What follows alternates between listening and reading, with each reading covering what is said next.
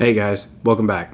Today we're going to be going over the rise, the fall, and potentially the rebirth of the Chicago Bears. In the heart of the Windy City on the shores of Lake Michigan lives one of football's oldest and proudest legacies. A team built on toughness, tradition, and tenacity. A name whispered with respect and fear for over a century. This is the story of the Chicago Bears, the team that helped build the NFL itself. The story begins in 1919 in the small factory town of Decatur, Illinois. The A.E. Stanley Company, makers of starch, decided to sponsor a local football team. A young Navy veteran named George Hollis was hired to run it. In 1920, Hollis brought his team to a meeting in Canton, Ohio, the same meeting that birthed the National Football League. The team became the Decatur Staleys. 1 year later, Hollis moved them to Chicago, playing at Wrigley Field. To honor their baseball neighbors, he renamed the team the Bears, because as Hollis joked, quote, "Football players are bigger than baseball players," end quote. And thus the Chicago Bears were born. The Bears quickly became the class of the new league. Hollis wasn't just a coach. He was an innovator, a showman, and a pioneer. In 1925, he signed a rookie sensation from Illinois named Red Grange, or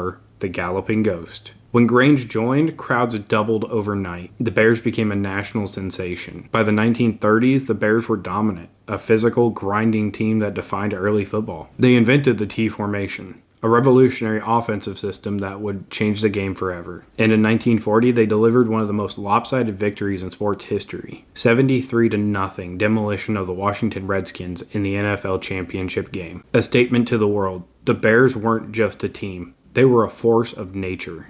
After World War II, the Bears were known by a new name, the Monsters of Midway. With players like Sid Luckman, Bronco Nagurski, and Bill George, the Bears defined toughness. They hit harder, they ran faster, and played meaner than anyone else. But as the league evolved, so did the game, and other teams began to catch up. By the late 1950s, the once invincible Bears were searching for their next chapter. Still, Hollis, or Papa Bear, remained at the helm, building the future. In 1963, Hollis's patience paid off. Led by linebacker Bill George, running back Willie Gallimore, and tight end Mike Ditka, the Bears returned to greatness. They defeated the New York Giants to win the NFL championship, reclaiming their place atop the league. It would be Hollis's final title as head coach and the last before the Super Bowl era began. Hollis retired in 1967, but his presence never left. He was the soul of the franchise, and even today his initials, GSH, remain stitched on every Bears uniform sleeve. If there's one team that defines the Chicago Bears, it's the 1985 Bears. With head coach Mike Ditka, quarterback Jim McMahon, running back Walter Sweetness Payton, and the most feared defense in NFL history led by Mike Singletary, Richard Dent, and William the Refrigerator Perry, they weren't just good, they were legendary. The 85 Bears went 15-1, crushing opponents with their aggressive 46 defense.